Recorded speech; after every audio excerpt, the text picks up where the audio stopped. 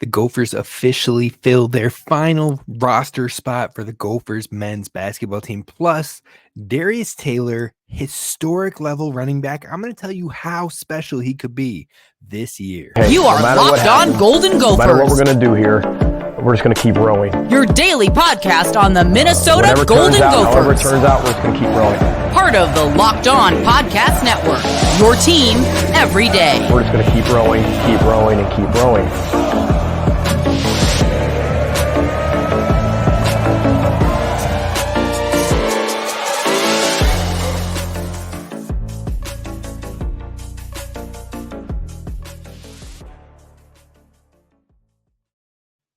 What's up, Gopher fans? You are listening to Locked On Golden Gophers, part of the Locked On Podcast Network, your team every day. My name's Kane Rob, host of the podcast, former collegiate football video coordinator and recruiting assistant, here to talk Golden Gophers with you each and every day of the week, Monday through Friday. In the offseason, it's a little bit different. We're trying to get 3 days a week. We're going to close off this June big, though. We got this late night Saturday show. We're going to do 2 shows on Sunday, one in the midday and then one in the late evening to carry over and have you ready for Monday. So you're going to have lots of Gophers goodness to catch up on. Be sure to hit subscribe over on YouTube so you don't miss any of your daily Gophers content once we get into the official season starting in August. But let's talk a little football, a little basketball today. First, with the basketball, we're going to talk about Tyler Cochran, who ends up taking the last scholarship spot for the Golden Gophers basketball team. What to know about him moving forward. But on top of that, we're going to talk about Darius Taylor and just how special and historic he could be for Minnesota moving forward. And finally, the receiver room. What does it look like beyond Daniel Jackson? Also, what to expect from Daniel Jackson. We're going to dive into all of that today. So be sure to hit subscribe over on YouTube so you don't miss any of your Gophers content moving forward. If you have other show ideas, other thoughts you would love to hear about on the show, feel free to send me a DM over at LO Golden Gophers on Twitter or at Gophers Kane Rob, or you can drop it in the comments on YouTube below, and we'll keep those in consideration as we go through some off-season content. But let's talk about the basketball team first. We're going to talk about the latest addition in Tyler Cochran, who fills the Gophers' final scholarship spot. Now, that scholarship spot was still on the hold for Cam Christie until he ended up deciding to stay in the NBA draft. And then Coach Ben Johnson, it was said that he wasn't officially sure if they would leave that scholarship open or if something could still be in the works. They brought in a couple of walk-ons, one from Duluth, but in the end, they ended up bringing in one final scholarship player in Tyler Cochran, a guard who played at Toledo last year in his most recent year. Now, in Tyler Cochran, you have a player who has 1 year of eligibility left. On top of that, he had previously committed to Oregon State in this portal session, but then backed off of that choice, was still in the conversations and hearing from other programs. And as of last week, he was still talking to Ohio State, a conference opponent, Indiana State, Drake, and San Diego State, among others that had showed interest in Tyler Cochran, but ends up ultimately committing to the Golden Gophers and ready to use his final year of eligibility with Minnesota. Now, like I said, he played at Toledo last year, but this will be his 4th school that he has stopped at. He initially played at Northern Illinois for 2 years, 1 year at Ball State, and then the last 2 seasons with Toledo. He had an injured season in there, so he has gotten a med red before. And now he is in his final year with the Gophers. And when you're looking at his numbers from last season, pretty impressive overall. You're talking about a player who averaged some great numbers across 32 games, so it wasn't in a small sample size. He had 14.4 points per game, 6.4 rebounds per game, 2.1 assists per game, plus 1.9 steals per game. Now, he started in 26 of the 32 games played, and his steal numbers across his last 4 seasons have been crazy and consistent. This guy is a he's a bulldog on defense. He's a guy who is a ball hawk of sorts. I guess that's more of a football term, but still, you look at 2021, 1.7 steals per game. You look at 2022, 2.0 steals per game. You look at 23, 1.6 steals per game, and last year, 1.9 steals per game. He led the entire MAC conference in steals last season. This dude can play defense, and it's not just steals, it's all around. It's staying with his guy, it's denying the ball, it's deflections, it's just high defensive IQ. This is a guy who led the whole MAC in steals, like I said, but he also was the MAC co-defensive player of the year last year and an all-MAC second team in the entire conference. So this is a guy who is defensive. He is a grit and grind type player, and Tyler Cochran doesn't just bring the defensive mindset that you love to see, especially in this Big Ten conference, but he also brings some scoring. 14.4 points per game last season in the MAC. Now, some of his strengths, aside from his defense, include his scoring and finishing at the rim. He is good at attacking the cup and finishing close to the rim. On top of that, he can score at all three levels. Now, the last 3 years from deep, he had 37% three-point shooting 3 years ago, 43% shooting 3-point percent 2 years ago, and 35% three-point shooting last season. Now, his first 2 years, he was a poor three-point shooter, but you can see that development and progress in better shooting, not only more attempts, but completing and converting more of those attempts. He can get it done from all three levels. He also loves his elbow jumper, so it'll be interesting to see if he continues to attack at all three levels and just where he'll fit in this offense when it comes to scoring priorities. Now, Dawson Garcia is going to be the main guy. No doubt about it. He will be the number one scoring option for this team. But who comes in at two? You've got some options now. You've got Lukai Patterson who can get it done. You've got Mike Mitchell Jr., but I could see him starting to move back into a more facilitating role, maybe another 10 points per game season, but more on the 4 to 5 assists per game. So I think Mike Mitchell Jr. might not be high at the forefront scoring efforts for the Gophers this year because they don't need him in that role, but they need him to facilitate and be efficient with the ball, but then also to knock down three-pointers. So I think maybe Mike Mitchell Jr. takes a step back on the scoring front or stays pretty consistent. But then, like I said, you got Lukai Patterson, you've now got Tyler Cochran, and you've got Caleb Williams. All of those players have put up points at different levels of collegiate basketball. So hopefully they can continue to do it at this level and a much higher stage with more eyeballs watching. Now, on top of that, Tyler Cochran is also great in transition, very high IQ player, moves the floor well, can keep or push the offense, can get things going and generate quick baskets in transition, but he's also a solid ball handler, which you need from your guard play.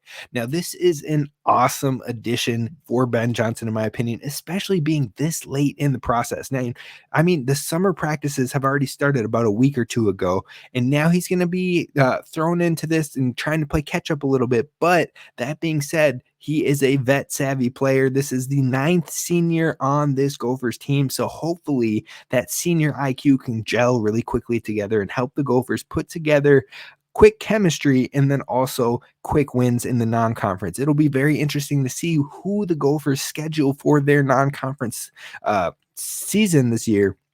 Because, like I said, you got the timing of it and trying to get it to gel with so many new faces to the program. But on top of that, last year, the non-conference schedule not being difficult enough is possibly what hurt the Gophers in trying to make a campaign for the actual NCAA tournament. So it'll be really interesting to see how that all plays out, but it's great to see the Gophers get such a great addition this late in the game. This is a player that is built for the Big Ten, and I imagine he will get some run this season. He will be in the rotation at some capacity. He could be a very important rotation player, especially with the defensive prowess that he brings. Now, the fun comes into factor of who could be in this core rotation. How do the minutes shake out? What are our predictions? We're going to dive into that on tomorrow's show, so be sure to hit subscribe and tap in tomorrow during the day where we will talk a bit more Gophers hoops and how we see this rotation shaking out. We're going to talk some women's basketball as well, all on tomorrow's show. But how we wrap up the rest of today's show, we're moving it over to football. We got to talk about Darius Taylor and just how special he could be, historic even for the Gophers. I'm going to tell you how that could be coming up next.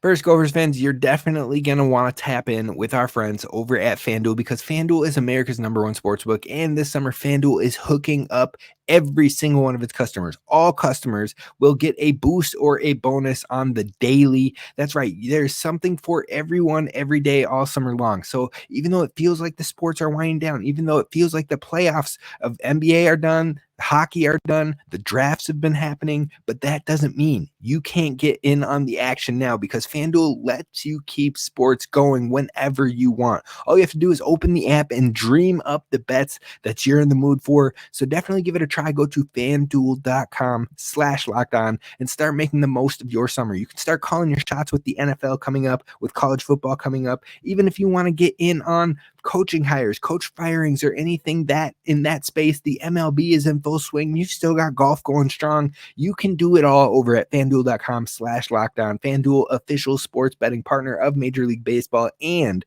official sports betting partner of Locked On.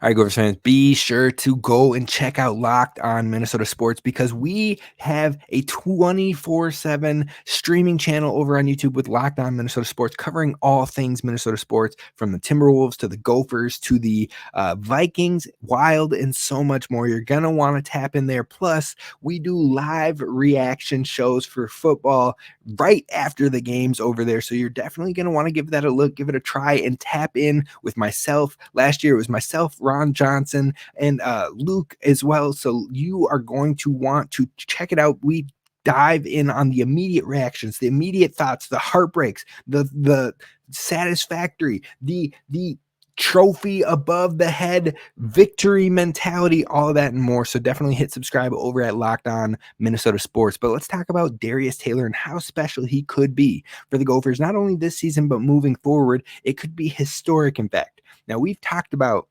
Darius Taylor on the show multiple times. You've heard me talk about his yards per game numbers and the pace that he was on last year. So I'm not going to dive too deep into that, but just as a quick reminder for those who haven't caught the show before, Darius Taylor could seriously set a single season record for rushing yards in one of the next two seasons for the Gophers, maybe even both of the next two seasons for the Gophers. But at a clip of 133 yards per game last year, Darius Taylor was balling. He was the leader in the entire NCAA for yards per game, and that was only in the 6 games that he was able to play. And one of those games was Nebraska, where he only got one attempt for 3 yards.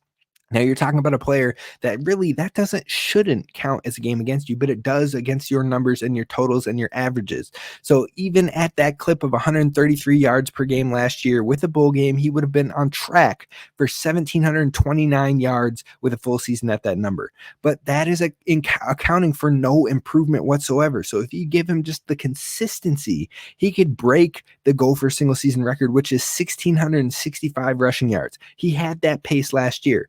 But that was with the 133 yards per game, which was the best in the nation, and it accounts for the 1 carry 3-yard game versus Nebraska. If you remove that game, his average yards per game was actually 159.2 yards per game. Now, if you took that pace, not only would he be the single season record leader in yards per game, but over the course of 12 games in a bowl, he would have been on pace for 2,070 rushing yards. That's something unprecedented here with the Golden Gophers, and that is truly how special Darius Taylor could be. But we got to talk about how much of a yard monster this guy was. He had a dominator rating of 43.54%. So that's how much yardage and touchdown totals Darius Taylor accounted for with the entire Gophers offense. 43.54%. He had a total yards market share for the Gophers of 80% last year and a total touchdowns market share of 20%. So he was a major factor for this Gophers offense. And that's coming off a true freshman season where he didn't really know what to expect heading into the year, the speed of the game, the toughness of the game, the mentality of the game. He's got that now, and he knows what it takes. And he's been building his body to be able to handle and withstand a full season. And if he can, and he continues to play at this clip, this man could be an insanely historic, an insanely incredible record-setting running back for the Gophers in a single season or multiple seasons, and a long-term player for the Gophers. Now, my guy Marvin Eloquin over at the Fantasy Footballers definitely dove into the research from a fantasy perspective, but it also is impressive to see from the football perspective as well. He said that Darius Taylor accounted for 46% of the team's total offense, yards and touchdowns, and he averaged 2.02 yards per team play. So for every play that the team had, Darius Taylor averaged 2.02 yards per play.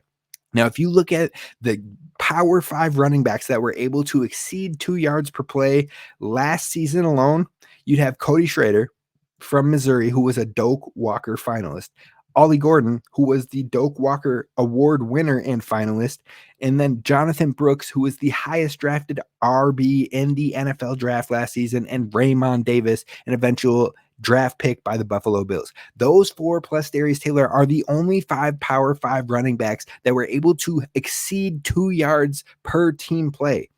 That is in itself impressive. And you want to know who that list on that list is a true freshman? Darius Taylor. That's it. Everybody else had more experience. Everybody else was further along in their careers. Everybody else had played college football at some capacity. So we're just starting to see how special he truly could be. Now, in fact, him being a true freshman and doing that is so rare that if you look across all the way back to 2013, so over the last decade of college football, the only other true freshman to get 2 or more yards per team play as a true freshman was Nick Chubb.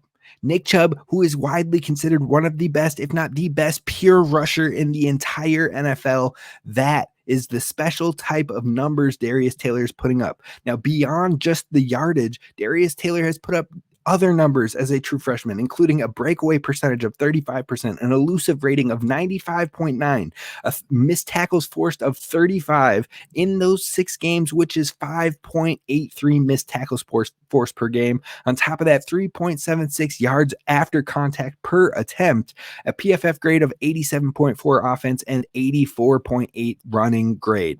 Now that's in 6 total games, with one of those games only having 1 attempt. If you compare that to Ollie Gordon, the Doak Walker winner, best running back in the entire country last season, in his 14 games, he had a 55% breakaway, a 90.3 elusive rating, 68 missed tackles forced, which comes out to 4.85 per game, 3.71 yards per contact, or yards after contact per attempt, and then an 83.7 offensive grade and a 90.4 running grade. So the only 2 categories of all of those different stats I just threw at you, breakaway percentage and the PFF rush grade, were the only things that Ollie Gordon had on Darius Taylor when it comes to the per game numbers that we were seeing between those 2 players. This kid can literally be a Doak Walker type of player, a finalist, a winner of some sort, if he can keep up the efficiency and stay healthy for a season. Darius Taylor's numbers on a per game basis were better than the Doak Walker winner in almost every category besides breakaway percentage and touchdowns. And it just goes to show you that Darius Taylor can truly be special, historic even. So I think not only will Darius Taylor be a top 3 running back in the Big Ten, be an all Big Ten level player, but he can truly be in the Doak Walker conversation if he can keep it up and stay healthy. So what are your thoughts on Darius Taylor? How special do you think he can be? Where do you think he finishes, not only in the Big Ten, but maybe in the country when it comes to the production he sees as a running back this year? I would love your thoughts in the comments below over on YouTube. But today we're going to wrap this up with a different part of the offense, the Gophers wide receiver room. How will it play out for Minnesota next year? Are they going to find more balance? And if they do, what does that look like? Who could see the targets? We're diving into all that coming up next.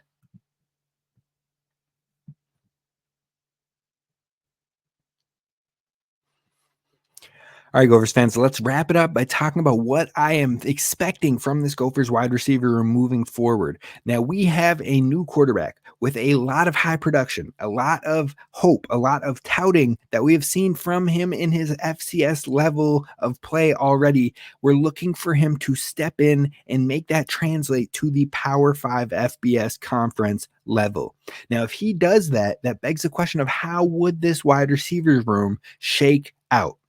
Now, first things first, Minnesota is going to feed Daniel Jackson. Plain and simple, no ifs, no ands, no buts. He's getting the ball. He's going to ball out, and he is a route fiend. He is a separator. He is a guy who is going to be open, and we saw it in time and time again. And honestly, there were missed throws on that didn't get to him last season, but there were also a couple drops. If he cleans up the drops and the targets are more accurate or more consistent, Daniel Jackson could put up some crazy numbers as well. And that's with the limited passing attempts that the Gophers had last season. If they even strive a little bit more towards balance, that only gives more opportunity for Daniel Jackson moving forward. So this dude is far too talented to not have the rock in his hands. He was an all Big Ten second team player last year, and he will be looking to take it even further with some more consistent quarterback play.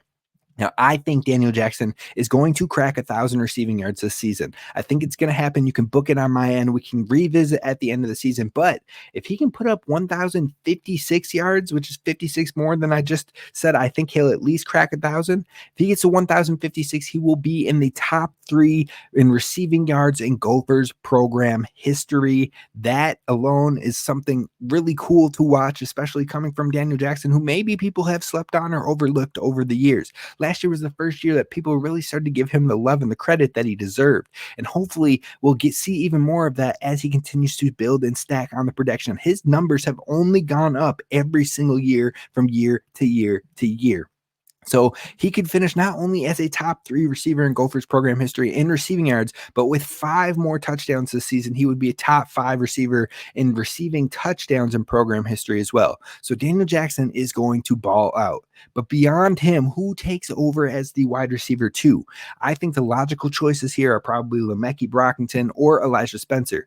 Now, Elijah Spencer has had a 900-yard plus season in his career, so the ability is obviously there. In the spring game last year, we saw him absolutely ball. He had multiple slants where people could not stop him. He had over 100 yards receiving. He had a touchdown. He was in that game and featured, but we didn't see that come to fruition on the field. A bit from the offensive play, a bit from maybe the coaches not calling his number. I don't know what it all was, but he has the potential to absolutely be a number 2 receiver on this team. And if it isn't him, that being said, over the course of the spring, I think I saw a lot of growth, a lot of connection between Max Brosmer, QB1 of the Gophers, and Le'Meke Brockington this spring. And that makes me believe that he is going to step up in a major way for Minnesota this upcoming season. I think he's going to have 500 plus receiving yards and 5 touchdowns if healthy. I think he really took strides. I think the way that I had mentioned on this show a year ago at this point, that I thought Daniel Jackson was going to really command and be that wide receiver 1 for the Gophers, and what I had seen from the spring made me think this dude has taken it to a whole nother level. That's what I've been thinking and seeing with Le'Meke Brockington in this spring, and I'm really intrigued to see how it plays out in the fall camp, and if that continues to develop, I think he could absolutely be a strong wide receiver 2 in this conference for Minnesota. But my biggest curiosity behind those 2 is who are your options after that, because beyond those top 3 options we just said, Daniel Jackson, Elijah Spencer, and Le'Meke Brockington, this receiver room has some future wide receivers in the room that have showed some intrigue and showed some upside, but who will answer the call and get the opportunity to earn those roles moving forward? I see the battle of next up young guns as a battle this fall camp that is one we absolutely have to keep our eyes on, because I think there are 3 names of super intrigue that can find themselves in a bigger role this upcoming season and maybe show that they have next, that they're the next man up, that they're the next wide receiver 1 or what have you for the Gophers. And those 3 names are Danielle, Nuke Hayes, Kenrick Lanier, and Tyler Williams. Those 3 names are names you absolutely want to write down on a piece of paper, log it in your phone, remember them, because maybe not 2024 might not be the huge breakout year for them. It could be just the beginning. But beyond that, I think 1 or 2 of those 3 guys could be the future of this program at the receiver position. Those are the most likely candidates from the hype we've seen, from the level of talk we've heard from the coaches, from the rankings and recruiting rankings that they bring behind them. Those three names have a lot going for them. But on top of that, you still have guys like TJ McWilliams, Christian Driver, Christian Hoskins, Jalen Smith, all in the conversation as well.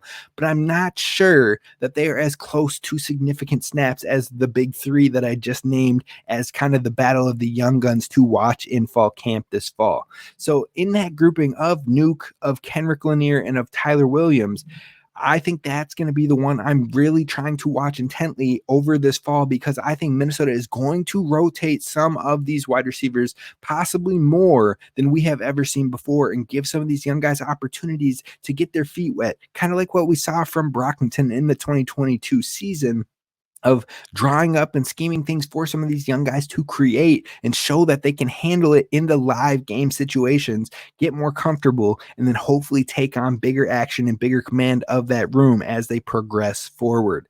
So that's going to be huge. I have been a major advocate, a major fan of Kenrick Lanier since his early enrollee spring. If you listen to the show, if you're an everydayer and you tap in all the time, you know that.